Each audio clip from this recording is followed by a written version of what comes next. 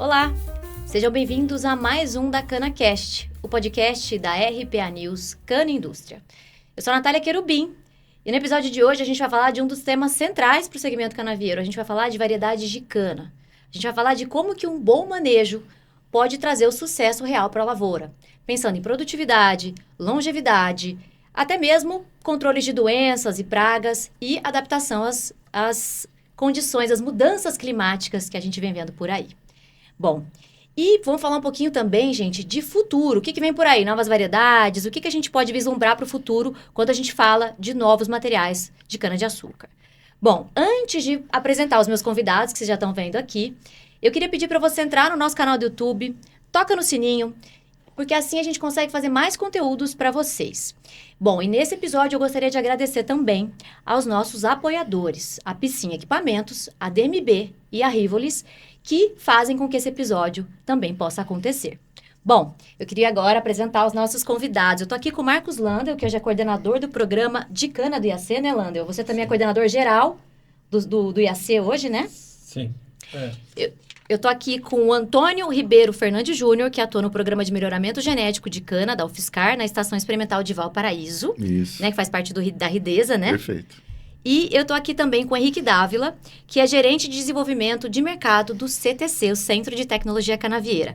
Eu queria agradecer a presença de vocês, porque sem vocês, esse episódio não seria tão bom quanto será.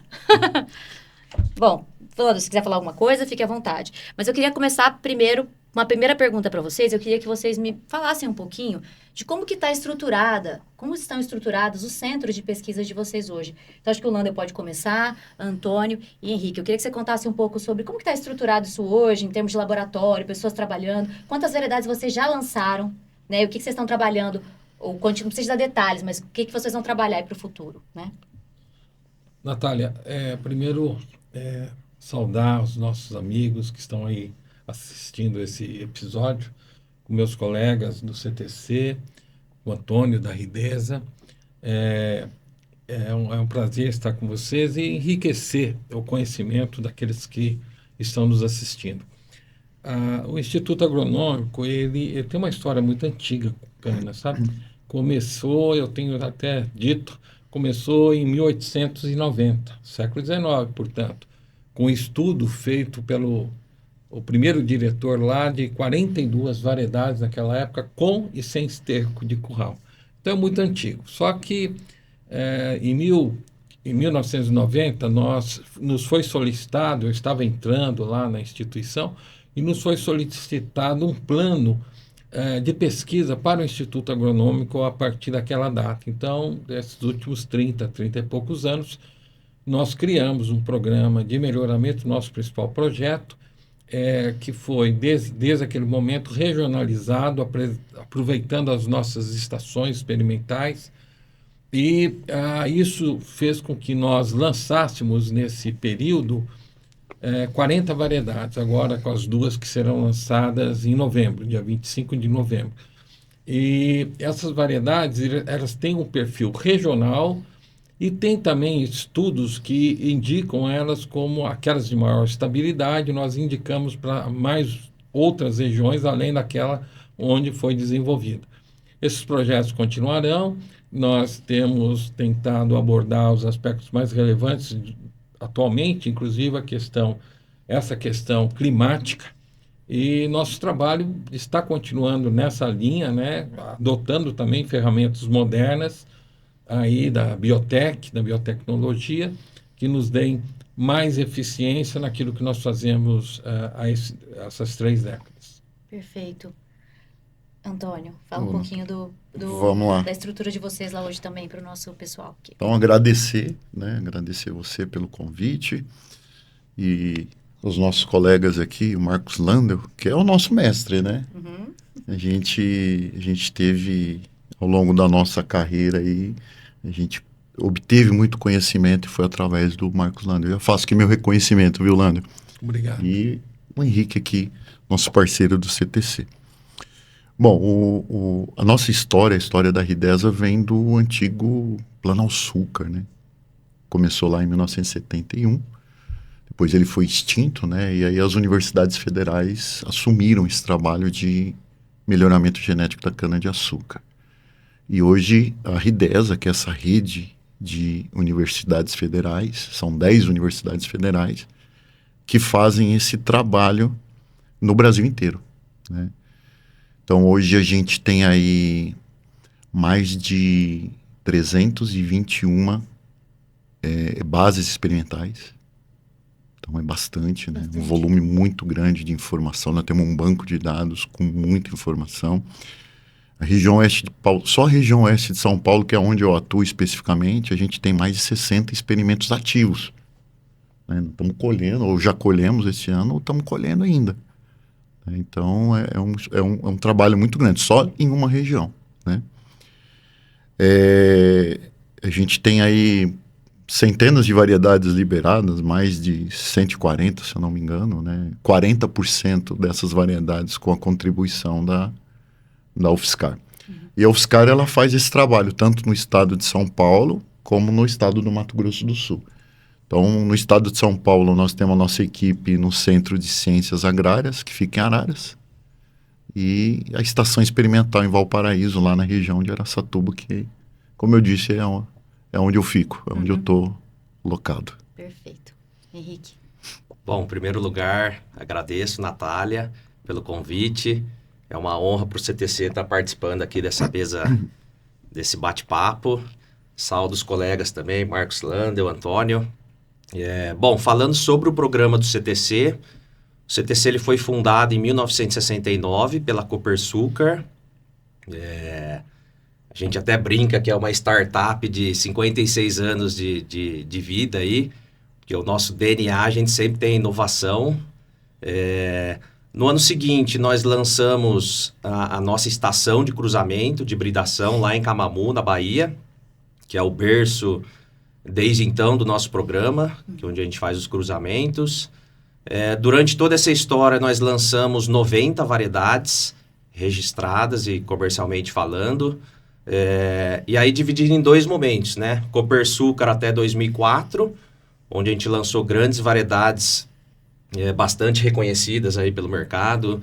A primeira delas, inclusive, foi a SP70 1143, que chegou a ocupar aí 30% de área de cultivo. E a partir de 2005, a gente começou a lançar as variedades com a sigla CTC. Então, lançamos mais 45 variedades até então. Destaco aí algumas variedades importantes, como a própria CTC4, que até hoje ela é muito plantada. Uma das mais plantadas, né? Exato. Sim. Exato. A série 9000 e outras variedades que eu vou comentar à frente aí de novos lançamentos do CTC. Falando um pouco sobre a nossa estrutura, o CTC, a gente tem muito orgulho de falar que hoje a gente tem o maior banco de germoplasma do mundo, lá em Camamu, com mais de 6 mil genótipos. Temos 39 polos de pesquisa e aproximadamente a gente conduz aí 350 experimentos por ano. Então, é uma rede bastante robusta, onde a gente tem bastante segurança aí no lançamento das variedades, distribuídas aí por todo o Brasil, tanto Centro-Sul como Nordeste. Perfeito. Bom, vocês viram que vai ter novidade aqui para vocês hoje, então vocês aguardem que mais para frente a gente vai trazer muitas novidades em variedades aqui para você. Eu queria falar, Landa, a gente estava falando antes de começar o podcast sobre o clima. Tá muito calor, né? Ainda tá muito seco, as chuvas não chegaram ainda. E pensando nesse cenário de mudanças climáticas, até mesmo os desafios fitossanitários, a murcha da cana, enfim, outras doenças e pragas que vão vir por aí, qual que é a importância da gente ter essa diversidade de variedades no país? Isso é uma necessidade que a gente pode dizer que é técnica ou realmente hoje é um diferencial competitivo? Você ter uma quantidade de variedades, né, certas, ideais aí. Natália, a gente tem aqui no Brasil aproximadamente 10 milhões de hectares. Ninguém tem isso em nenhuma outra canavicultura mundial. Nesses 10 milhões de hectares, nós temos uma diversidade enorme de solos e de regiões de clima. Nós estamos em várias latitudes, né?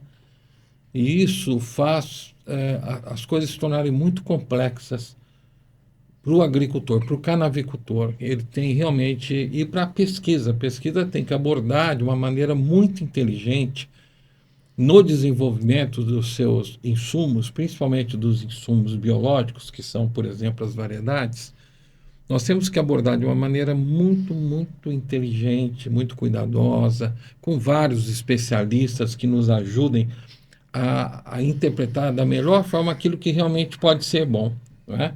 Então, por exemplo, se a gente desenvolver uma variedade ignorando esse aspecto dessa diversidade externa, nós podemos ter frustrações muito grandes.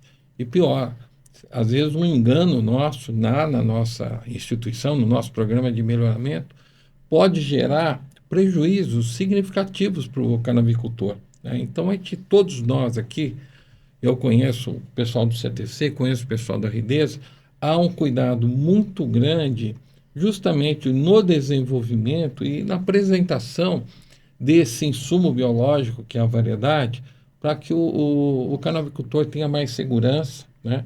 Então, essa é uma complexidade. A questão do clima, na realidade, se a gente pegar estudos, lugares onde o próprio IAC tem medido perto de 140 anos de dados acumulados. Desde a sua criação, há 138 anos, nós temos essas informações. A gente vai ver que tem momentos que essas coisas se tornam mais... o clima se torna mais chuvoso em alguns períodos, às vezes algumas décadas, em outros períodos isso tem períodos de maior déficit hídrico. E nós temos que abranger tudo isso, porque a cana acabou se tornando, com o tempo, uma cultura praticamente perene. Quando eu comecei a trabalhar com cana, a gente falava de 3, 4 cortes, há 40 anos atrás. Hoje a gente fala de 7, 8, 10 cortes, é muito comum, não é?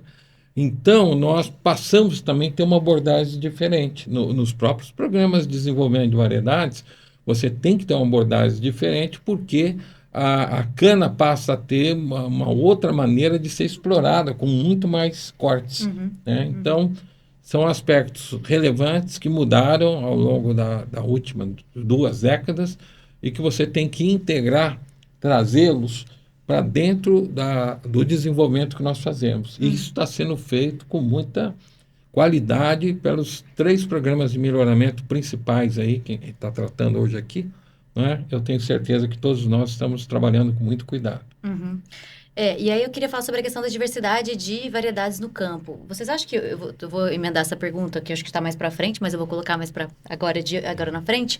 Vocês acham que o setor está se preocupando com o manejo adequado das variedades, com a variedade de materiais para reduzir algum tipo de problema fitossanitário? Como é que vocês estão enxergando isso? Se vocês quiserem responder primeiro. Eu acho que sim. Se puder começar. Bom, pode ser.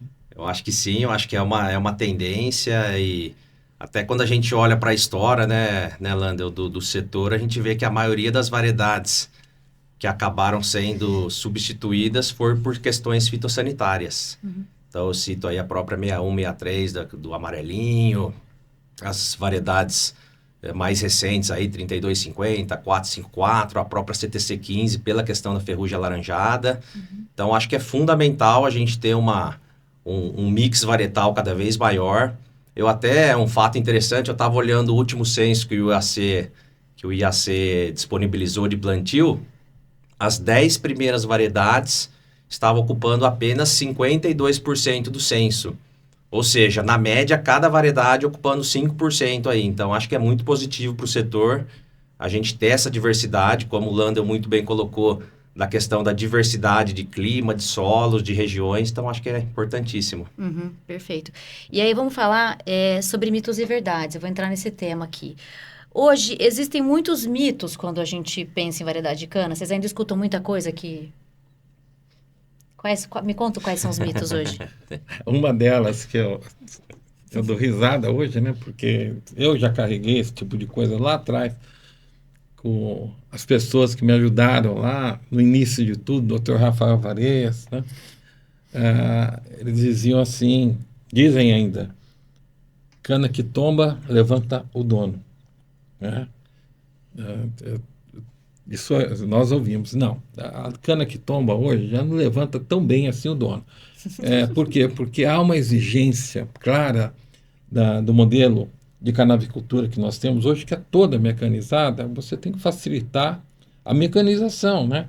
Então, eu vou participar de um evento aí de irrigação, acho que semana que vem, e eles estavam conversando comigo, falando, Marcos, o maior problema das canas irrigadas, que produzem mais de 200 toneladas, é o problema da colheita. Essas variedades, quando tombam muito, às vezes andou ventando, chovendo por lá, tomba muito, a qualidade na indústria é terrível, né? Então, eu falei, antigamente a cana que tombava levantava o dono. Agora, ninguém Ao mais contrário. fala isso, eles morreram de rir lá e tal. Mas é bem isso. Então, esse é um mito, né, que já foi desmentido agora, né, pela nossa experiência atual. Né? Então, Mas deve ter algum que vocês outros lembram ou aí não? que... Pode falar. Então, se você me permite, Natália, eu vou também citar um que o CTC é bastante questionado, que é a questão da cobrança de royalties. Isso é um Então, assunto importante. É um assunto importante e é um mito no sentido de que tem muito produtor ainda acha que as variedades antigas entregam mais do que as novas. Então, até trazendo um case aí que a gente fez recentemente, pegando aí a média das últimas 3 safras dos dados do Benchmark CTC, a gente separou em 3 grupos. As variedades da década de 80, a média do setor atual e as variedades elites do CTC, no caso. E o delta de TH é muito significativo. Então, para você ter uma ideia, as variedades elites estão produzindo na média, comparando na mesma base, 1,6 tonelada de açúcar a mais por hectare. Então, quando a gente traz isso para o lado financeiro, você vê que o valor do royalty ele é irrisório perto do benefício que a variedade traz. Isso é uma questão que para o produtor enxergar, né, Lando? Eu acho que todos vocês podem falar disso, né? Que é isso, né? O produtor conseguir... Porque eu vou citar aqui a famosa RB 7515, que foi uma variedade muito plantada, né? Até eu trabalho há 15 anos no setor, ou 16, eu sempre ouvi muito falar dessa variedade, ela sempre nos centros varietais sempre existe, ela sempre esteve presente, né? E a gente sempre teve uma crença de que ela ficou muitos anos, né, Antônio, sendo plantada e agora ela começa a ser substituída ou não? A gente tem regiões que ela está forte, por Natália, exemplo. essa é uma pergunta importante. Então, aí a gente precisa voltar lá no clima, né? Você comentou do clima, e o clima tem judiado demais das variedades. Tem penalizado muito as variedades. Então, 2019 não foi um ano bom, 2020 não foi um ano bom. 2021 foi uma safra terrível. 2022 melhorou. 2023 tivemos água, choveu, todo mundo bateu recorde de produtividade. Né? E aí veio 2024. Eu achei que 2021 tinha sido a pior safra que eu tinha visto. Mas não, 2024. 2024 foi terrível. Né? E o que nós estamos vendo agora? Agora, o que eu falo de terrível? Né? 2024, se vocês lembrarem, até junho, a gente tinha canavial em pé, verde e bonito. E dizendo, olha, nós vamos ter uma boa safra. De repente, as canas secaram e secaram rápido. O que mudou? O que tem mudado? Temperatura. Temperatura altíssima. Então, a variedade perde água. A evapotranspiração foi lá para cima. Nós tivemos picos de temperatura de 45 graus na região oeste de São Paulo. Né? É terrível isso. Né? Então, as canas secaram rápido, muito rápido. Então, nós perdemos muita produtividade em cima disso. Perdeu o stand. Né? O prejuízo da safra passada se estende para essa safra. Né? Não tem jeito. O que nós estamos vendo aí nos últimos 30 dias, rapidamente, as canas secando. Então, assim, variedade precisa, é um insumo importantíssimo, esse insumo biológico fantástico, mas é um ser vivo, ele tem que ser manejado, né, Landa? Certo? Ele tem que ser manejado. Então, você construir uma boa base, você plantar bem, você escolher uma boa muda. O Lando sempre insistiu isso com a gente. Né? A gente precisa ter uma variedade blindada contra muitas coisas. E o sucesso começa já no plantio. Agora, nós tivemos uma grande oportunidade nesses últimos anos, que foi selecionar boas variedades para esse clima que tem... Mais seco, né? Que tem sido mais seco. Né? Se isso vai continuar, se nós vamos ter anos mais chuvosos, ou daqui a pouco vem um clima mais difícil, mais desafiador? Eu acredito que sim, mas nós aprendemos. E, Antônio, Por isso que está havendo muitas variedades. E só para completar o que o Matosinho falou, o que o Henrique falou, se você olhar o censo varietal hoje, ele tem mudado. Né? Então, a Holanda tem insistido e tem vindo para variedades mais novas, isso que eu ia perguntar para vocês. Se vocês enxergam que diante desses últimos anos muito secos, com muito problema de incêndios também, eles está se percebendo que essa mudança de variedades é necessária, certo? Então, vamos entrar para a parte de manejo que você já comentou um pouquinho. E eu queria saber hoje, aí eu acho que cada um pode responder do seu ponto de vista, se quiser, quais são os maiores desafios na adoção das novas variedades, pensando nessa questão de manejo, né? Muitas vezes os produtores hesitam em pegar um novo material. Quais têm sido as maiores barreiras? Assim, você já falou para mim que isso está mudando, mas ainda existem barreiras aí na adoção de variedades? Quais são as principais? Posso falar? Pode começar. Manda. Tem dois aspectos, Natália, que são muito relevantes.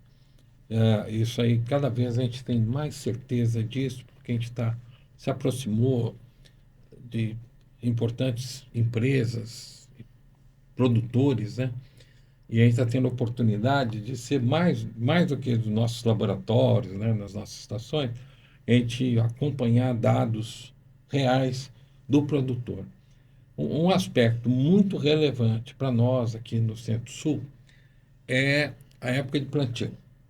É uma mudança drástica em relação aos plantios que são feitos, por exemplo, em janeiro e fevereiro. São quase proibitivos.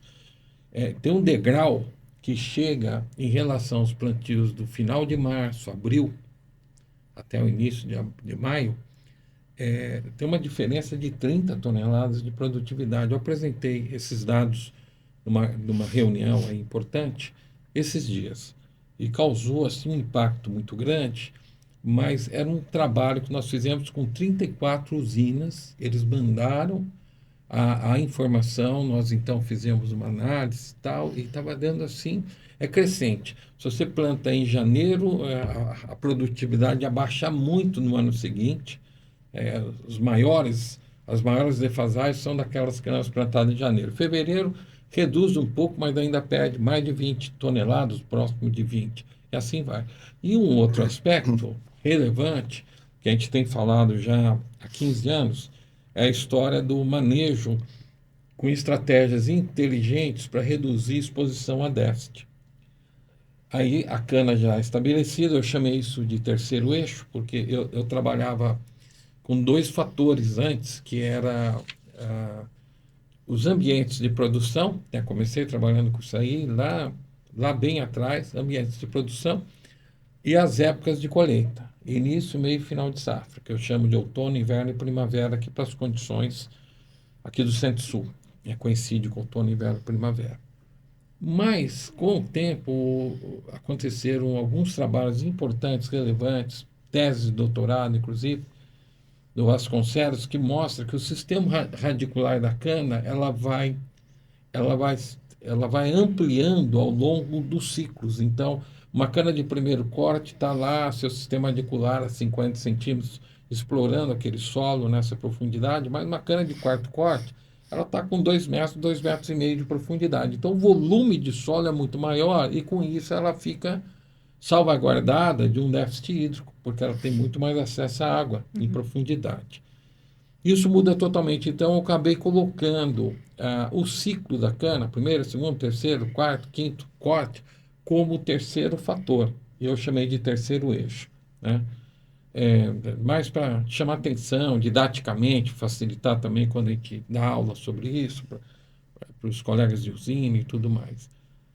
O terceiro eixo, a gente só começou a mexer com ele e tal, até que um pesquisador da Unicamp, junto com o pessoal lá dos Estados Unidos, eles começaram a falar de uma memória fisiológica que existia em plantas. Então, eles viram isso no milho, viram isso na soja e tal, e nós testamos isso aqui no Brasil, junto com esse pessoal da Unicamp, em relação à cana, e descobrimos que ela também tem memória fisiológica.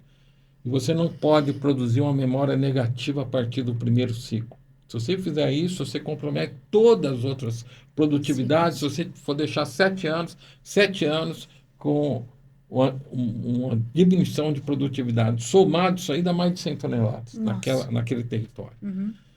Isso é... Quando eu vi isso e constatei, inclusive, com ensaios feitos, né, eu fiquei muito assustado. Falei, pô, mas isso aí é o buraco, né? A gente estava falando antes aí do etanol de milho e tal. Falei, isso aí é o buraco que faz com que a gente esteja entregando o etanol daqui a pouco para a cultura do milho. Se a gente não tomar cuidado com essas questões, a gente produz variedades com 20% a mais do que as variedades que existem hoje. A gente lança essas variedades com todo esmero, com todo trabalho e tal, e de repente você perde isso num manejo equivocado que você não considera uma estratégia de redução de exposição a déficit, né? Então, eu acho que realmente o manejo hoje de cana, ela vai ter que ser mais... Graças a Deus, nós temos tantos agrônomos no setor. Eu acho que o setor que mais tem agrônomo atuando, né, muito mais do que em grãos e tal, é cana. Então, que a gente possa distribuir essa informação e treinar as pessoas para que nós possamos incorporar essas produtividades que hoje estão sendo desprezadas. Né? E tentar trazer, incorporar e conseguir dar saltos reais de produtividade no nosso setor. Você quer falar, Henrique? Natália, só se você me permite, Claro. Só complementando o Landel, é um projeto interessante, inovador que o CTC vem conduzindo nesse aspecto do manejo, é o que a gente chama de pacote tecnológico ou manejo avançado. Ou seja, a gente está testando todas as nossas variedades com relação aos principais fatores de manejo. E dentre eles o terceiro eixo que o Marcos Landel citou. Então, qual que é a adaptabilidade das nossas variedades ao manejo de terceiro eixo, a resposta à nutrição, que acho que é um ponto bastante importante também, resposta a maturador, resposta à irrigação, que acho que a gente vai falar um pouco sobre isso também, sensibilidade a pragas, enfim, uma série de outros fatores que só... Para poder depois ajudar os produtores, usinas, enfim, a trazer um melhor manejo para cada tipo de variedade, né, Lander? E Lander, falando do... Quer falar, Antônio? Pode falar. Aí eu vou entrar numa polêmica. Pode entrar, a gente Vamos gosta. entrar numa polêmica. Por exemplo, o setor nos cobra muito variedade rica e rústica. Precoce e rústica. E como é que a gente fecha isso daí? Porque vamos para os dados reais. Vamos pegar o nosso programa dentro da Ridesa. Começou a fazer seleção para açúcar. Seleção para açúcar. O que aconteceu com o TCH? Despencou. Esses materiais só serviram para ir para o nosso banco de germoplasma para cruzamento. Nós, em Araçatuba, estação de Valparaíso, não tinha como. Nós precisamos selecionar cana que não estava morrendo. Cana mais rústica. E todas elas não são precoces. Elas não são precoces. Agora, nesse período, os ATR estão se igualando. Né? Mas esses materiais mais rústicos, eles não têm precocidade. Posso até formular uma hipótese. Eu acho que quando você seleciona para mais açúcar, materiais para mais açúcar, você tem colocado mais sacro officinarum ali. Quando você pega material com mais TCH, mais rusticidade, provavelmente você aumenta um pouquinho de sacro espontâneo. E aí você não consegue esse açúcar logo no início. Né? E é um fato. Se a gente quiser produtividade, brotação, no início de safra, a gente vai ter que abrir mão de tecnologia. E essa tecnologia passa por nutrição, passa por um bom maturador, um bom preparo, para que a gente possa trazer essas variedades mais para o início. Mas não conseguimos. Se aparecer, ótimo. A gente está lá. Mas cana rica, precoce, para ambiente restritivo, não tem. A gente já viu isso não dar certo, né? Você pega até histórico recente do próprio CTC, né? Quando a gente lançou a CTC 9001, Sim. que a princípio a gente estava posicionando para ambiente intermediário, o que aconteceu? A turma começou a levar para o EFG. Para os restritivos. E aí veio aqueles anos mais secos e a gente viu que... Que é uma cana muito rica. O CTC 9001 é extremamente rica. Exato. Então o CTC está indo nessa linha também, principalmente para os ambientes restritivos, de buscar canas mais rústicas, com teor intermediário de açúcar e com manejo, a gente tentar ganhar mais ATR para que a gente consiga Talvez trabalhar com mais longevidade nesses ambientes. Exato, né? talvez se encaixe muito bem no manejo do terceiro eixo também. O que nós temos preconizado, né? Nós estamos trabalhando hoje com um projeto que veio do principal de melhoramento nosso, e a gente acabou criando isso aí como uma oportunidade, inclusive, de ampliar a observação e tal. A gente chama manejo varietal. É um projeto do tipo que você falou, do pacote, que o Antônio também falou. Assim, muito apoiado em estudos também que são básicos, nos ajudando. Uma questão que ficou muito clara para a gente, e está muito clara hoje, em relação a essa discussão que nós estamos fazendo, da maturação, o principal indutor de maturação de cana nas nossas condições, eu achava que o Nordeste não era assim. Agora já tem que dar o braço a torcer, porque também é assim. O principal indutor para as nossas condições não tem nada a ver com o Canal Point, com a Austrália, com a África do Sul, nem aqui com o norte da Argentina, nada. O nosso principal indutor chama-se déficit hídrico.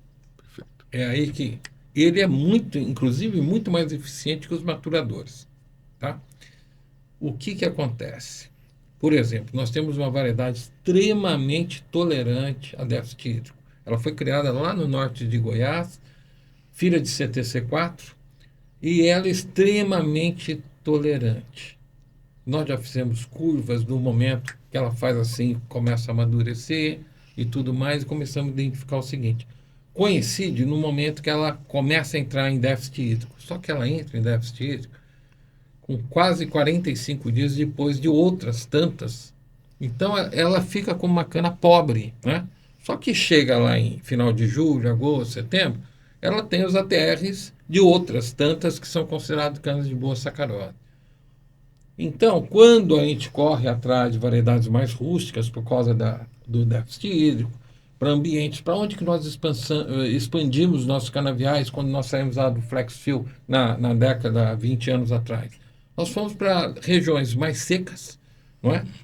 Em solos piores, com menor capacidade de contenção de água. Nós fomos para regiões muito mais apertadas, né? Então, nós temos que ter outro modelo de variedade. Não adianta repetir o que nós fazíamos aqui antes de 2005, não é? Nós temos que ir para outro caminho, né? O que todos nós estamos fazendo. Sim. Só que aí entra essa questão, tá bom, essas variedades que suportam, que demoram para falar, olha, eu estou sentindo sede agora, né? Essas variedades também não são variedades que você consegue amadurecer ela antes. Até maturador estão aplicando em 2 momentos, por exemplo, na 8008, para conseguir atingir, e eu vi esse ano isso aí com meus olhos, para atingir ATRs que você fala, não, ela é rica, ela tem uma boa riqueza, né? É aceitável.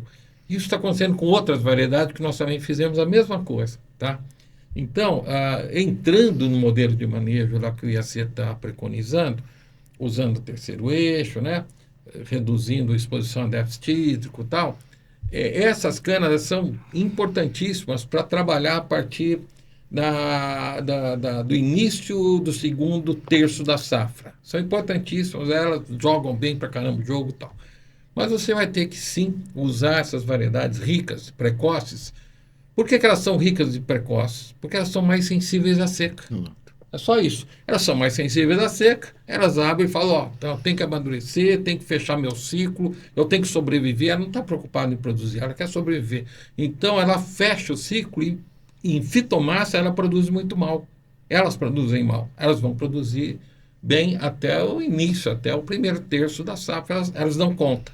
Por quê? Porque elas vivem, mesmo no primeiro terço da safra, elas estão em déficit hídrico. Você vai falar, não, em maio? Em maio, sim, senhor. Uma cana de alta sacarose, ela já sentiu o déficit hídrico, entendeu? E ela entrou, ela amadureceu, foi lá em cima. Então, elas são importantes para compor esse manejo do terceiro eixo naquele parte da safra, que pode ser 15%, 18%, elas são importantes para encaixar. Isso que o Henrique falou, você também, que vocês estão verificando, e nós estamos verificando, né, o percentual, as variedades mais mais estratificadas, isso é muito bom para nós, para o setor.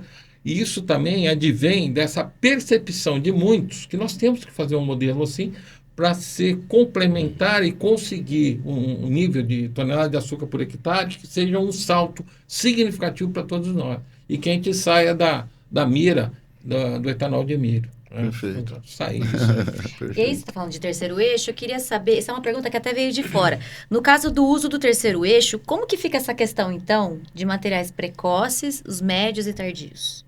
Organizar isso dentro do terceiro eixo.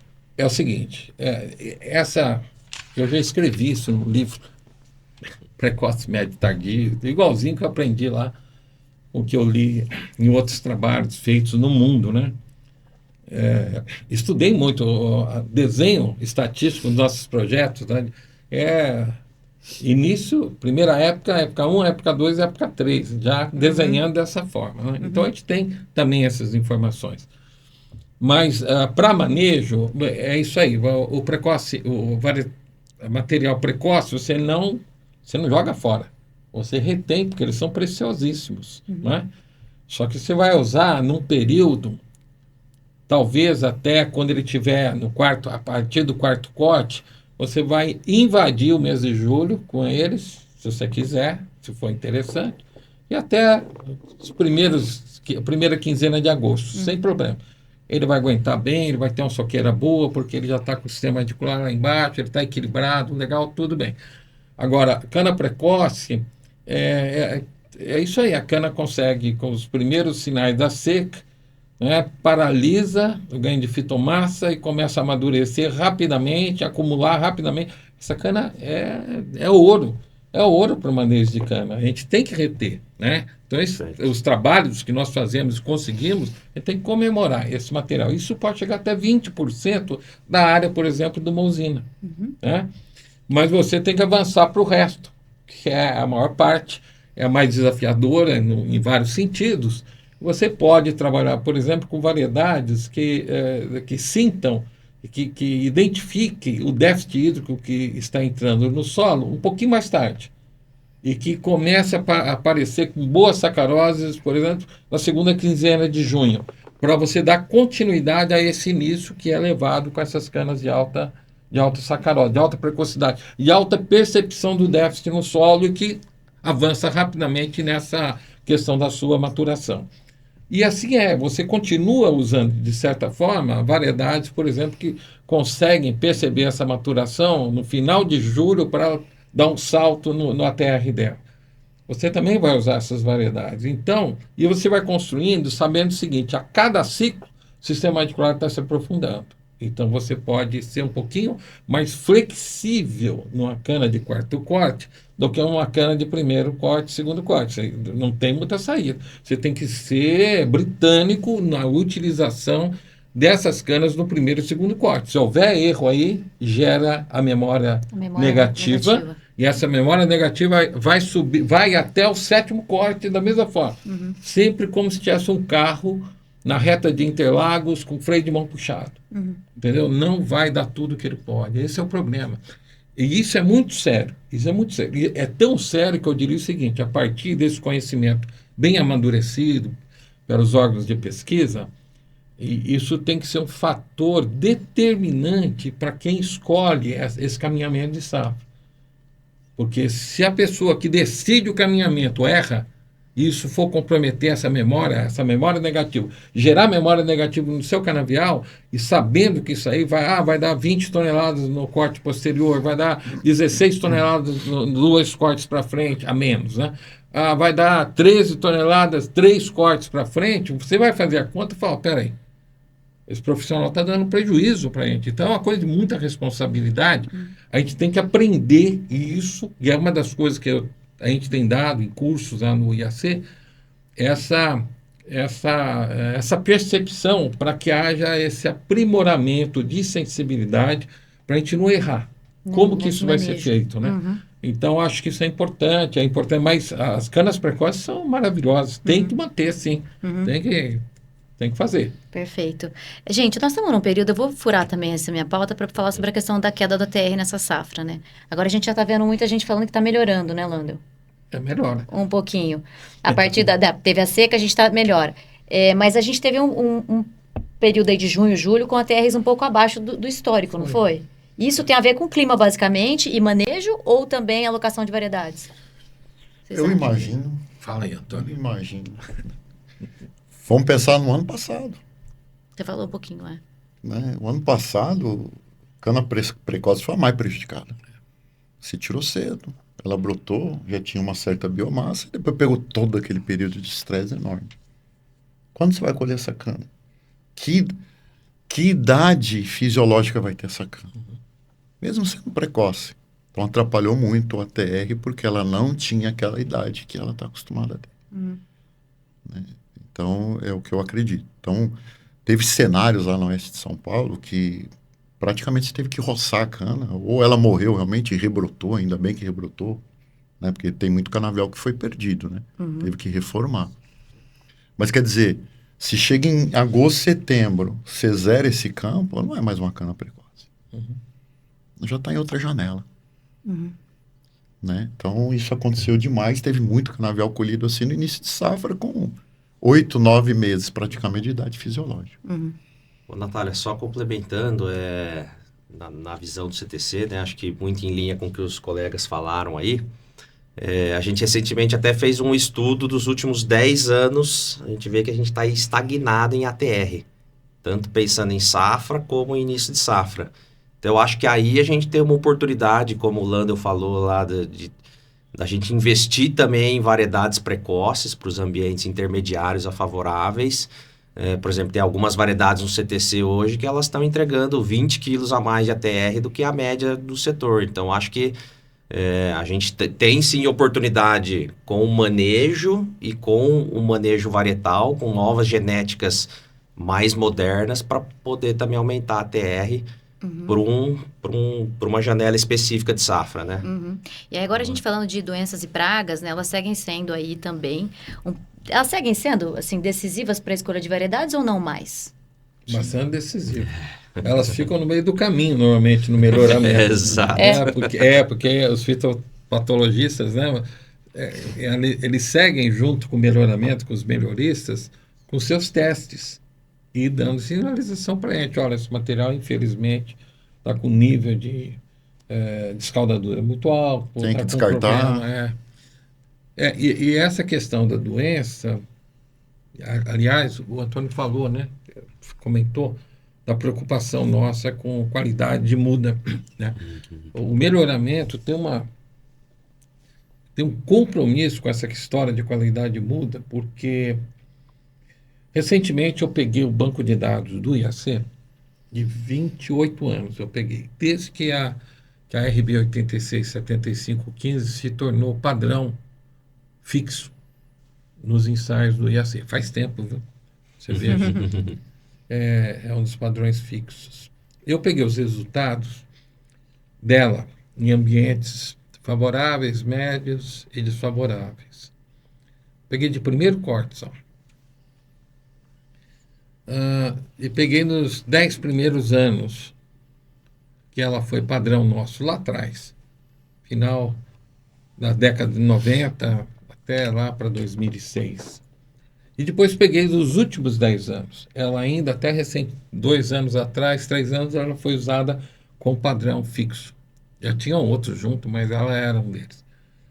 Ela está com produtividade diferente, de lá de trás para agora, de quase 20 toneladas no primeiro corte. Não mudou, geneticamente era a mesma, ela foi clonada todo esse tempo. O que aconteceu? Ela está carregando nela atualmente, provavelmente, doenças silenciosas, como o raquitismo da soqueira, e faz com que a expressão biológica dela fique prejudicada. Se o pessoal não tomar cuidado com essas novas variedades que nós estamos apresentando, o Antônio vai apresentar uma tantada enorme, agora, daqui 2, 3 semanas, né?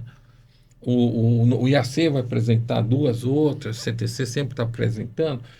Essas variedades, se elas contraírem essas doenças silenciosas, quer dizer, se não houver cuidado nos viveiros, não houver cuidado naquela unidade, elas vão contrair. Isso aí está espalhado, elas vão contrair. e vai ter essa redução do potencial. Então, a variedade que o CTC vai apresentar com 15% a mais de produtividade sobre outras que estão em cultivo, de repente é cortado 20%, porque ela não vai expressar. Então, todo o ganho genético que nós estamos suando para conseguir, você perde para uma doença silenciosa como o raquitismo. E há uma frustração, e há uma frustração enorme, né? Para o produtor, os programas de melhoramento. É horrível isso aí. Isso que eu queria falar com vocês. Queria que você falasse dessa questão do cuidado com a muda, né? Isso por exemplo, foi falado pelo Antônio. Vamos citar, inclusive, RB 966928. É uma variedade nossa. Belíssima variedade, a mais cultivada. Tá? Em uma usina da região oeste de São Paulo, inclusive foi alvo de estudo pelo professor Alfredo. Nessa região, faz 20 anos que eles não renovam a muda da 6928. Então, está sempre rodando ali com a mesma muda. Tá? 2023, que foi um ano bom de produtividade, né? Deu escaldadura, e muita, nessa região. E quebrou os canaviais, em média, 50%. Isso medido. Então, olha o perigo que nós estamos. Eu não sabia disso. É um perigo. Então, isso é um alerta que serve para todo. Isso está divulgado. Isso foi publicado em revista científica. Né? O professor Alfredo fez esses estudos. Isso aí foi alvo de dissertações, teses, enfim. Uhum. Então, assim, nós temos que ter esse cuidado, né? Com a resistência, que não é imunidade. Uhum. A cana é imune a cancro cítrico. Uhum. É uma doença que não vai dar na cana. Uhum. Mas ela pode ter escaldadura. Não existe variedade perfeita. Não tem como. Ela tem uma resistência. Uma tolerância, né? Uma tolerância. Agora, isso pode ser quebrado. Pode ser quebrado. Isso aconteceu com algumas variedades, no caso do 6928. Eu acho que tem que ser, trabalhar muito em parceria, né? Os programas de melhoramento com o próprio produtor, justamente para a gente retomar aquelas boas práticas. Né? O holding. Quem faz holding hoje em dia? Difícil. Então, acho que boas práticas. Vocês acham que isso foi deixado de lado? Muito. Foi deixado de lado, é lamentável, porque a gente tenta nadar para um espaço melhor, né, mais folgado, com mais produtividade, e a gente vai somando tudo com muito detalhe, muita coisa boa foi incorporada, né? Nós não vamos falar que existe um caos no setor, nada disso. Eu não sou cavaleiro do apocalipse, né? Acho que nenhum de nós três somos. Mas a gente também tem que reconhecer que há falhas, falta de sensibilidade em produtores, né, que nos preocupam. Nos preocupam porque nós podemos perder todos os ganhos que nós estamos obtendo no melhoramento, por exemplo, num fato como esse. A escaldadura, possivelmente, em função de outros problemas, qualidade de muda, raquitismo, principalmente, começa a aparecer mais problemas, por exemplo, com carvão. Isso eu já vi. A escaldadura é o caso. Depois eu quero ter acesso a esse trabalho. Eu não sabia que estava nesse nível. Sabia que tinha um nível muito elevado, mas eu gostaria de ter. Sim. Aliás, nesse mesmo trabalho, o professor Alfredo, ele publica tudo que ele recebe ao longo dos anos, né? Ele recebe várias amostras para escaldadura, raquitismo. Então, depois ele divulga isso em forma de artigo, né? E um dado curioso que tem lá, mas aí a gente não testou isso, claro. Mas, por exemplo, a CTC4, que é uma variedade importantíssima para o setor, né?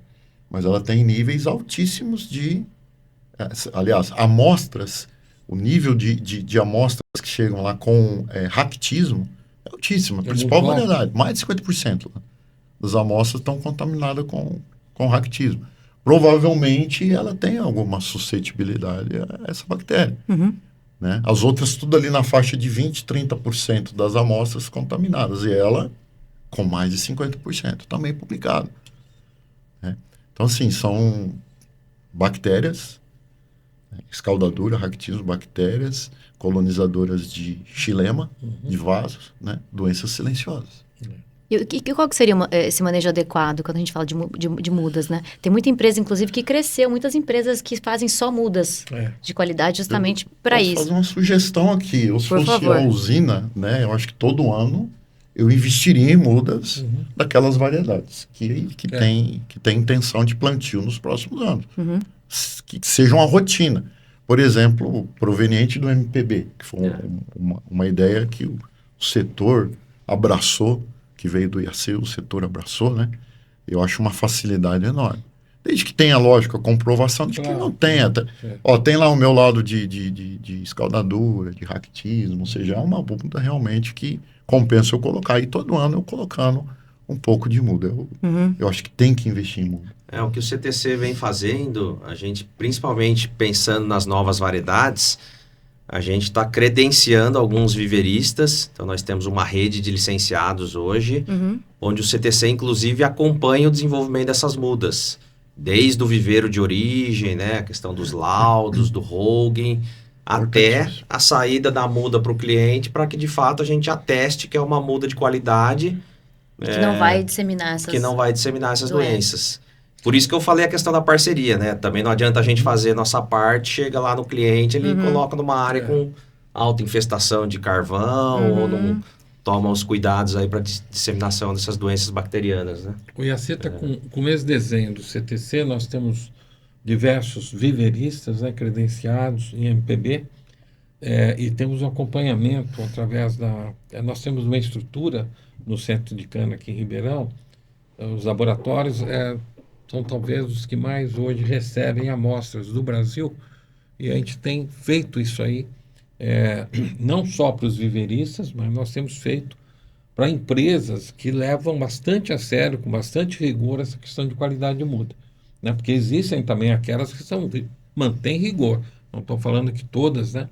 Mas, então são duas formas, ou pega do viverista, e a partir daquele material comprovadamente limpo, ele faça as suas próprias multiplicações com todos os cuidados, né, para não haver disseminação da doença, daquela doença que foi comprovado pelas análises que a muda não tem, que ele não faça na sua primeira multiplicação a inoculação dela com as faltas de cuidado, né? Isso não pode acontecer.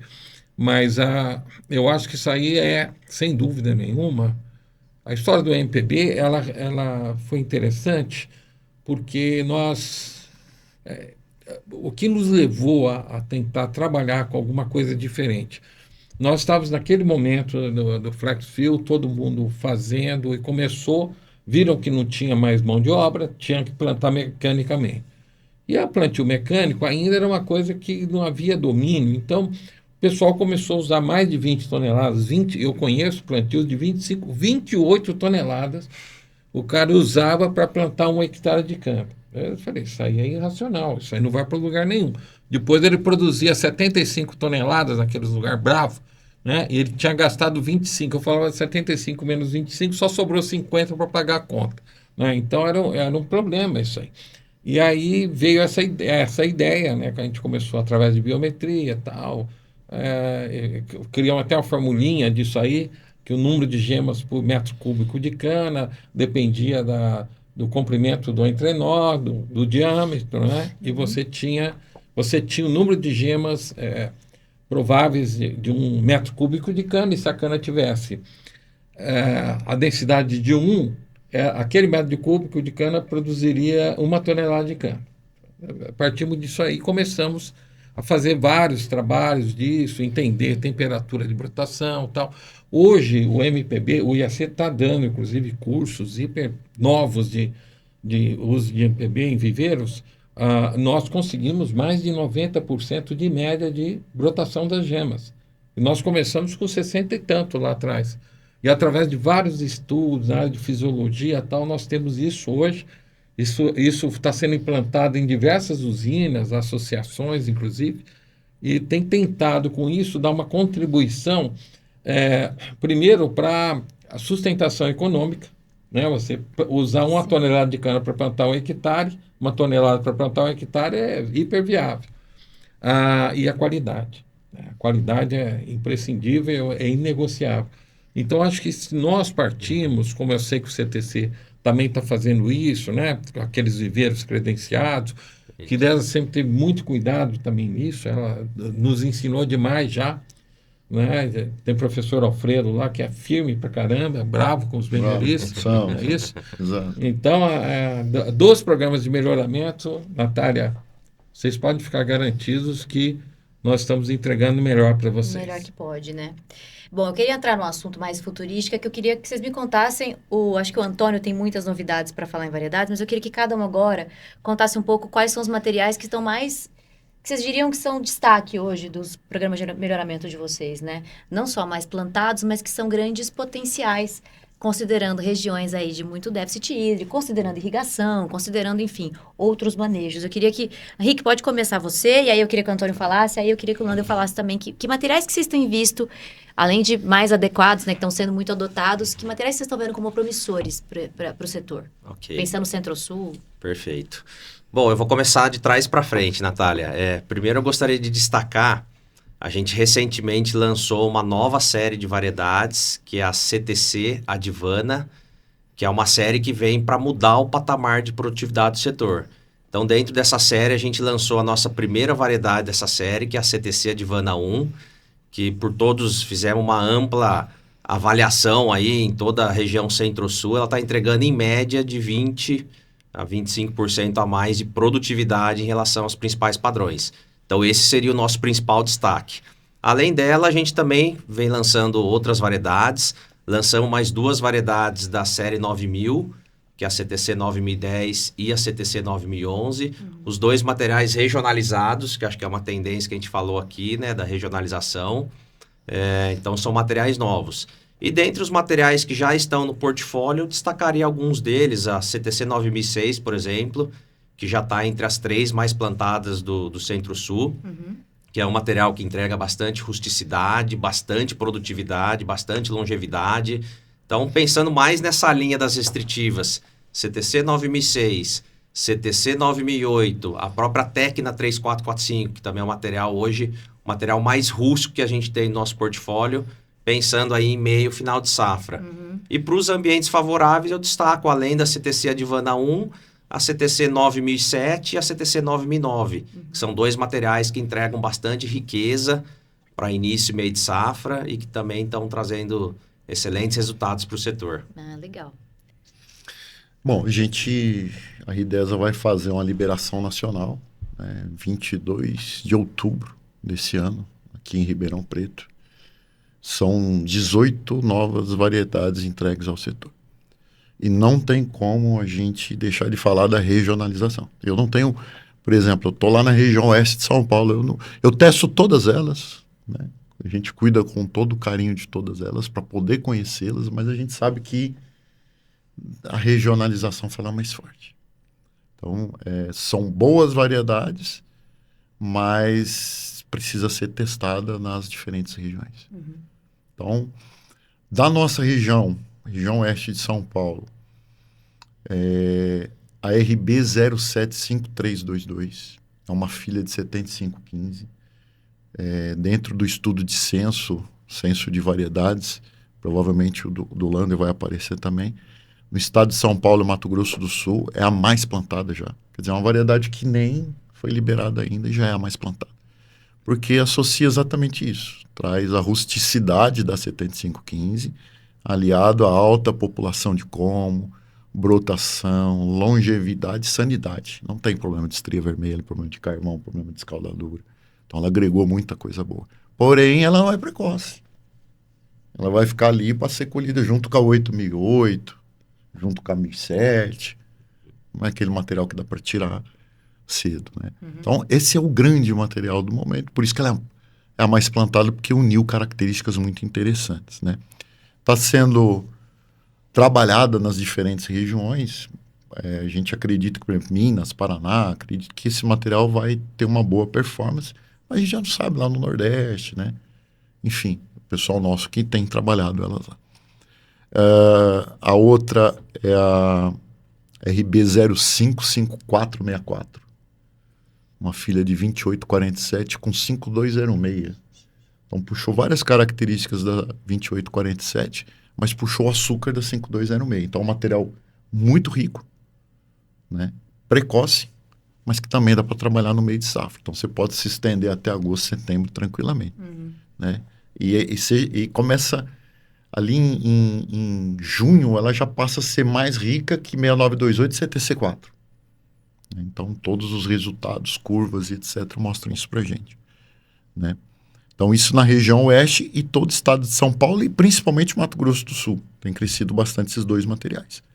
Para essa região aqui, tradicional, além desses dois, tem RB 075253, que é um material para final de safra, solos melhores, não tem problema de florescimento, chochamento, um belíssimo material.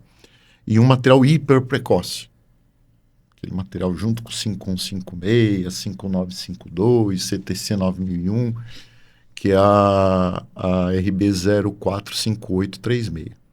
Então, estou falando de 4 materiais que vão ser liberados este ano para o estado de São Paulo e Mato Grosso do Sul. Tá. Né? Tá vindo outros materiais, por exemplo, RB a 106893, que é do Paraná, belíssimo material. A RB 127825, já está no censo, já foi liberada. Para nós também tem sido um material aí que vai crescer bastante. Tem nos trazido excelentes resultados. Eu acho que é isso, resumidamente é isso. Mas quem puder, participe lá do nosso evento. Estão Conhecer convidando. de perto e mais detalhes, né? Exato, perfeito. Nanda, não ia ser... Bom, você me mandou uma foto de uma canona esses dias, né? Eu acho que essa é um dos... eu não lembro o número dela, era 90 alguma coisa. Gosto de mandar fotos. Bem, É a filha da CTC4, que você comentou, talvez. Tem filha de CTC4. Aliás, tem muitas filhas de CTC4. CTC4 foi uma... Eu acho que foi sim. A principal parental, né, das novas variedades do IAC lançada nesses 10 anos, 8 anos. Né? Ela realmente é belíssima. Bem, nós temos feito... temos dado destaque para 2 características de muito tempo, desde uma discussão que nós fizemos quando a gente estava criando o tal grupo fitotécnico de cana lá do IAC, lá no início da década de 90, eu participei de uma discussão com algumas usinas aqui da região, estava o Leontino Balbo, estava São Martinho, Pedra, Santa Elisa, São Geraldo, que não existe mais, Santa Lídia, que não existe mais, e eu era novinho, mas participei de uma discussão falando daqui 20 anos, o que será a cana? E perguntei, 20 anos, 2012. O que será a cana em 2012? A gente estava em 92. E eles falaram, e chegamos à conclusão que a cana não seria mais queimada. E ela seria toda colhida mecanicamente. Essas 2 conclusões. E eu perguntei, né, com o pesquisador no meio lá, falei, e o que vai precisar? Precisa melhorar essas canas aí. Para a minha máquina tinha lá da Santal, né, que era lá da Santal, tem que melhorar, essas canas são muito tombadas aí, tal. Aí eu fiquei com isso. E aí eu observei uma outra coisa, que também foi muito conversado com a usina, falando, olha, a colheita mecânica é uma beleza, a gente agora não lida mais com aquele bando de gente e tal, só que tem um problema. Ela precisa melhorar, porque ela impacta demais o canavial, ela destrói o canavial, né? Aí eu participei numa outra discussão, sempre participei de muita discussão com o pessoal da produção. Eu falei, você está querendo dizer que nós temos que criar um antídoto contra a destruição de canavial feita pelas colhedoras? É isso mais ou menos. Aí veio a ideia, bem, a gente tem que aumentar a população das nossas variedades. Elas têm que dar mais comos, para mesmo estragando, ainda sobrar bastante para produzir, né? Então, nós tínhamos naquela época, era normal de 9 a 12, 13 canas por metro. A gente começou a ir atrás de cana bem mais do que isso. Mantendo qualidade, mantendo açúcar, mantendo e a produtividade melhor. E associando a história do hábito ereto, para ajudar a cana lá que criticou a gente, que não ficava nada em pé. E aí começamos nessa direção. Todas as fases do melhoramento em cima disso, no cruzamento em cima disso, e realmente chegamos. Então, por exemplo, nós temos uma IAC 015503, que tem sido a mais plantada do IAC, com alta performance, ela tem muita plasticidade fenotípica, ela consegue ir bem em solos melhores e também tem ido bem em solos mais apertados. E ela tem uma novidade muito legal, que é uma discussão atual que estão nos envolvendo agora, né? Ela é muito, muito eficaz e responsiva para irrigação. Melhor ainda, para irrigação deficitária. Então, nós temos dois pesquisadores do IAC que trabalham com isso e que têm nos ajudado a entender como que é essa história de resposta à irrigação deficitária, né? E está saindo um trabalho muito legal que daqui a pouco a gente vai divulgar melhor para todo mundo. Mas a 5503 se encaixa perfeitamente nessas áreas também. Então, a IAC 5503, nós temos um outro material, que é a IAC 077207. Foi a cana, alguns grandes grupos, foi a cana mais plantada esse ano. E ela é uma cana meio parecida com aquele manejo que eu falei. Ela começa a pegar força na sacarose, porque ela demora também, ela é bem tolerante à seca, ela vai pegar força nos últimos dias de junho, e aí ela vem muito bem. E um outro aspecto dela é a alta população de combos. Ela tem perto de 17 a 21 combos por metro, enquanto 7515 tinha perto de 10, 11 combos por metro. Então dá mais de 100 mil combos por hectare, e é a cana talvez mais ereta que eu conheço. Ela é muito ereta. Então, com 200 toneladas, a gente está conseguindo colher ela em pé, o que é raríssimo, né? E a gente está usando ela, inclusive, agora no melhoramento. Né? É uma boa dica para vocês, que ela está passando. Nossa, ela está passando muito bem essas características. 7207, a outra eu já comentei, que é a IAC 078008, filha de CTC4. E uma outra que eu gostaria de destacar é em áreas orgânicas, quando o pessoal não pode passar herbicida tal, que é extremamente agressiva, fechamento tal, tem reduzido para 1/3 o uso de mão de obra em áreas de cana orgânica, é filha de CTC4. IAC 055579, tá? Filha de CTC4 e neta da SP 791011. Né? São duas canas lá da Copersucar, do CTC. Então, são esses materiais de destaque, e tem uma precoce. Eu estava esquecendo de falar, que é filha da 2847. Cruzamos com o clone do CTC na época, a gente usou Lacamamu para fazer esse material, é a C02 1064. É um material riquíssimo da linha da 6928, sai com uma diferença. Ela tem alta população, 16, 15, 16, 17 combos por metro na soqueira, e ela tem uma característica que ela chega até os primeiros 15 dias de setembro, o que não é muito normal numa cana que amadurece em abril, né?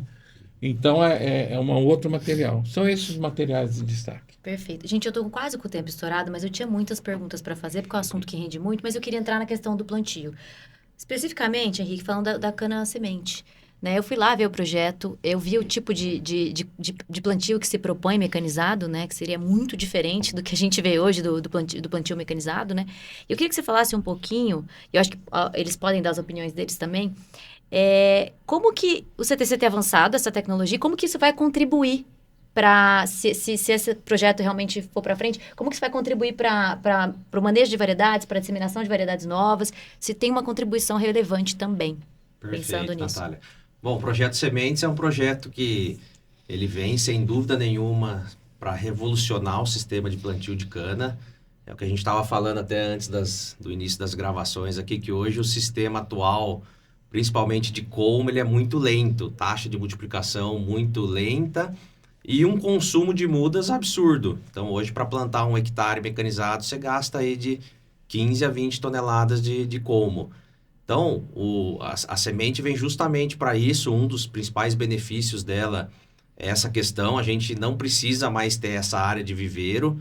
A gente vai poder destinar essa área para moagem, além de uma série de outros benefícios, como a gente vai simplificar muito o sistema de plantio de cana. Então, hoje é uma frente pesada, onerosa, com baixo rendimento. Com a semente vai ser muito mais simples o sistema de plantio e vai ser muito mais com altos rendimentos. E um outro fator é a questão de qualidade de plantio. Então, toda essa questão que a gente está discutindo aí de fitossanidade, a semente vai passar por todo uma questão de encapsulamento, onde a gente já vai entregar ela com uma alta qualidade fitossanitária e com uma alta taxa de germinação aí potencial. Então, uma série de benefícios. A gente vai conseguir acelerar de forma muito mais rápida o uso das novas variedades, porque a gente vai ter muito mais escalabilidade. E os avanços são, principalmente nos últimos 2 anos, né? Você teve lá no CTC Day, a gente está numa fase avançada de pesquisa hoje, já com vários experimentos de campo. Então, esse ano nós temos uma meta de plantar pelo menos 20 hectares de semente já espalhado em alguns clientes. Paralelamente a isso, estamos construindo a planta demonstrativa lá no CTC, que vai ter capacidade aí para entregar de 1.000 a 1.500 hectares de sementes por ano. Então, o projeto vem a todo vapor e com certeza vai contribuir muito aí para o setor. Vocês acham que além das variedades, então, esse sistema de plantio também tende a revolucionar a forma como a gente maneja variedades hoje também? Eu acho que é uma ótima novidade, né? Com certeza, essa rápida disseminação de novas variedades ganhar é mais ou menos assim. Quando nós fizemos o MPB, nós falamos, olha, você consegue no modelo bom, bem feitinho, até doméstico, dentro de uma usina que se propõe, é como a São Martinho, que tem um núcleo de MPB de 50 e poucos milhões, né, de MPB ano. Você consegue antecipar em 4 anos o uso de uma variedade que dá 15% a mais. São 4 anos antes de ganho, né? Então, isso aí significa, em termos econômicos, uma coisa maravilhosa. Se essa pesquisa do CTC conseguir atingir essa meta deles, que é uma meta auspiciosa, né? Realmente isso vai nos facilitar a todos, né? A única coisa é que o IAC vai ter que aprender a fazer isso aí para a gente fazer das IAC, senão só vai plantar só CTC. Antônio, não, mas isso aí você pode ficar tranquilo, viu? Vão ensinar? Não ensinar. Vocês vão fazer outro também. negócio, na verdade. Legal, a ideia é fazer, a princípio, de todas as variedades, né? Para que o setor tenha ganhos significativos aí. Não só das variedades CTC. Sim, né? sim. Esse projeto é maravilhoso. Então, a gente vai ficar aguardando isso aí. Quando a coisa ficar... Aliás, já conversamos isso aí uma vez, né? Sobre a gente participar da finalização, testes... Está aberto, o IAC está aberto para esse tipo de trabalho, viu? Bacana. Nós estamos lá. Com certeza. Perfeito. Projeto pro setor. E aí, mais um assunto que é o último que eu tenho que fechar, é sobre a cana transgênica, né? O CTC também foi um dos pioneiros, né? O Embrapa também tem o seu desenvolvimento em variedade transgênica, mas vocês desenvolveram, colocaram na 9001, trouxeram o BT, né? E estão trazendo agora também para outra resistência a glifosato, né? Isso, então, eu queria que você falasse um pouco como é que está isso também e como é que isso também deve colaborar, se vocês têm no IAC, a Ridesa também estudos nessa área. Acho que é isso para... Tá. Bom, de forma bem resumida, realmente o CTC há bastante tempo vem investindo em biotecnologia. A gente entende que é um dos pilares para que, de fato, a gente consiga aumentar ainda mais a produtividade do setor, que é basicamente proteger a planta contra os fatores detratores de produtividade. Então, a gente começou com a CTC 20BT, que foi o primeiro lançamento em 2017, a primeira cana do mundo resistente à broca de cana. Hoje nós já temos 4 variedades, além da 20, a 9001BT, 9003BT e a própria 7515BT também. E nós temos outras tecnologias chegando aí, vindo pela frente, né? Como lá no CTC Day a gente até fez o pré-lançamento da nossa plataforma Verde Pro 2, que ela vai aliar o controle da broca com o controle das plantas daninhas, através de uma cana tolerante ao glifosato. Então, certamente são sistemas que vão ajudar muito, simplificar o controle de plantas daninhas e aumentar muito a eficiência, principalmente de gramíneas, que hoje a gente tem uma grande dificuldade de controlar. E outros projetos também, né? Além desses, temos já um projeto aí para controle de esfenóforos também. Esse seria um projeto mais a longo prazo, a gente está numa fase inicial ainda, mas com resultados já promissores de genes para controlar o esfenóforos da cana. Que é uma praga importantíssima, né, hoje para o setor. Que é uma praga importantíssima. E nós temos, aproveitando, uma subsidiária lá nos Estados Unidos, que é a CTC Genomic, onde a gente vem estudando outras tecnologias também, como a edição genômica, justamente pensando em projetos futuros aí para daqui 10, 20 anos, para controlar outros fatores aí, né? Entregar cana, por exemplo, mais resistente às condições, aos desafios climáticos, com maior teor de açúcar, resistente às doenças. Então, tem muita tecnologia aí vindo pela frente. Perfeito. Vocês querem falar mais alguma coisa sobre esse assunto? A RIDESA tem, né? Por exemplo, em São Paulo, é coordenado pela professora Mona Lisa. Né? Então, nós temos vários eventos, isso já está a campo, claro, com todo o rigor que a lei exige, né? Mas já em teste, seja controle de resistência à broca, seja resistência a glifosato, ou seja, esse combo, né? Também já temos a campo já. Mas aí é um trabalho dela, da área de biotecnologia. O IAC também tem trabalho na área de transformação, com coisas até avançadas, né, que vocês saberão daqui a pouco, provavelmente em 2026, e também na área, nessa área de edição genômica, inclusive associado ao pessoal das universidades, Unicamp, Exalc, e que está nos dando condição de grandes avanços. São trabalhos que ainda, né, aliás, todos esses trabalhos, qualquer um desses trabalhos, eles são feitos com todo o rigor da lei, então a gente tem que tomar uma série de cuidados em relação até às informações, como deve ser feita, né? Mas existe, sim, um esforço de um grupo de pesquisa que envolve a pesquisadora Silvana Crest, a pesquisadora Luciana Rossini, tá? E um grupo de pessoas bastante grande hoje. Então, vocês já na nossa, aqui na nossa biotec, aqui em Ribeirão Preto. Vocês acham que, então, no futuro, porque o CTC já tem comercialmente isso, né? Mas a gente não vê isso em campo, não vê a gente falando muito sobre isso. Vocês acham que é um futuro que está mais próximo de acontecer, essa adoção de transgenia na cana também? Com certeza. Se isso se tornar mais palpável e houver evidências de ganhos, né, uma evidência talvez maior, isso vai ser adotado pelos produtores, né? Principalmente porque existem agroindústrias que têm uma estrutura muito boa, com assessoria de pessoal da universidade, com técnicos de alto nível. Essas pessoas, elas conseguem ser interlocutores melhores, por exemplo, com as nossas instituições, conseguem entender o que realmente tem importância, o que realmente é relevante. Isso nos facilita muito. Eu me sinto muito feliz de poder encontrar essas pessoas, né? Quando a gente vai, os nossos parceiros, o IAC tem 200, só na rede Procana, que é o de desenvolvimento de variedades, nós temos 204 empresas, né? Em 11 estados do Brasil. E esses interlocutores que nós encontramos sempre lá, é muito bom a gente poder conversar com essas pessoas. Não é um nível como se vê em outras áreas, né? O pessoal está se aprimorando. Mas em cana, graças a Deus, já é histórico isso aí, desde as décadas lá de trás, desde o início do Proálcool praticamente, que você ouve falar, olha, formação de equipes, com engenheiros agrônomos, né? Com biólogos, enfim, pessoas que podem se tornar bons parceiros e interlocutores das nossas instituições.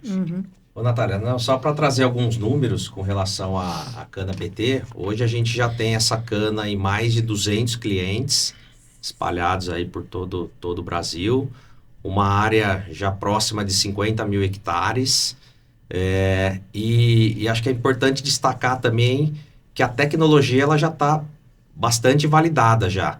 Hoje, quando a gente olha os resultados de campo com relação à eficácia do controle da broca, é uma eficácia acima de 95%, e na maioria das áreas você não encontra broca nas áreas de cana BT. Então, assim, pensando em ferramenta para controle de broca, hoje é a ferramenta que traz a maior eficiência do mercado, comparando com os químicos, com os biológicos, que controlam aí em torno de 60%. Então, sem dúvida nenhuma, é uma ferramenta que vai ajudar muito. Acho que tem muito a crescer ainda nos próximos anos, acho que não só pelo lado do CTC, mas das outras instituições, certamente vai ajudar muito aí. Perfeito. Gente, infelizmente eu vou ter que encerrar. Eu tinha várias perguntas para fazer aqui para eles, gente, mas eu vou ter que encerrar. Eu queria que vocês deixassem uma mensagem final, cada um, Eu gostaria, Landa, eu queria que você começasse uma mensagem final para o nosso público. Bem, primeiro, grande prazer estar com vocês aqui com a gestão da Natália, né? Brilhante, por sinal. E dizer que nós não estamos parados, né? Todos nós aqui estamos nos movimentando muito com novas ideias, incorporação de novas estratégias e com coisas bastante preciosas chegando aí para vocês, né? Essas novas variedades que serão lançadas proximamente pela Ridesa, algumas eu até conheço e fiquei muito bem impressionado, pelo IAC, pelo CTC, que lançou recentemente essa nova série, com certeza vão fazer a diferença para o nosso setor. Vamos ser ousados, vamos ser criteriosos, mas sempre muito ousados para que nós possamos gerar avanços bastante significativos para o nosso setor. Perfeito. Antônio? Natália, agradecer você pela condução aí dessa conversa, ao Landel, ao Matozinho, né? Grandes amigos, parceiros, que bom estar aqui com vocês. E mais um evento, né? Mais um encontro, dessa vez diferente, né? A primeira vez que eu participo do podcast, então parabéns, né? Era o professor Herman tá aqui, né? É verdade. Um grande abraço, professor Herman, que está sendo avô pela 3ª vez hoje, né? Então, abraço, Herman. Parabéns, Herman. E muito obrigado, professor Herman, a todos vocês e aos parceiros de usina, né? Uhum. A gente é um projeto que depende dessa parceria público-privado, né? Não tem como, então a gente está ali junto com a usina ali para tentar fazer os melhores materiais genéticos possíveis. É isso que... E a gente conta com a contribuição deles, né? É verdade. Com certeza. Obrigado, gente. Valeu. Obrigado. Bom, eu também gostaria de agradecer, Natália, em nome do CTC, aí a oportunidade e aos colegas aí, Landel e Antônio. Eu queria deixar como mensagem final, assim, que o melhoramento genético, ele é fundamental para que a gente garanta não só a sustentabilidade e a rentabilidade do setor, mas também a sobrevivência, né? Porque a gente estava falando do etanol de milho, por exemplo, quanto que está avançando. E hoje eu vejo que o melhoramento, as ferramentas genéticas são as melhores ferramentas para que a gente ganhe produtividade. Então, até se a gente pegar o histórico aí do melhoramento, a gente teve ganhos significativos aí ao longo dos últimos 40 anos. Esses ganhos acabaram não sendo refletidos integralmente, porque a gente sabe que teve fatores detratores de produtividade, né? Então, acabou balanceando. Mas se a gente olhar o melhoramento... Ele sim, acho que todas as instituições aí vai entregando cada vez materiais mais modernos para a gente poder aumentar a sustentabilidade do setor. Então, perfeito. Obrigado. Perfeito, gente, agradeço mais uma vez. Eu quero agradecer mais uma vez aos apoiadores deste episódio do DaCanaCast, que é a Piscin Equipamentos, a DMB e a Rivolis. Bom, mais um agradecimento a vocês por esse apoio. E eu agradeço a você também que acompanhou a mais um episódio do DaCanaCast. Este e outros episódios você acompanha no nosso canal do YouTube e também no Spotify. Bom, e se você quiser ficar por dentro das últimas notícias do segmento canavieiro, acesse o nosso portal www.revistarpanews.com.br. Até a próxima!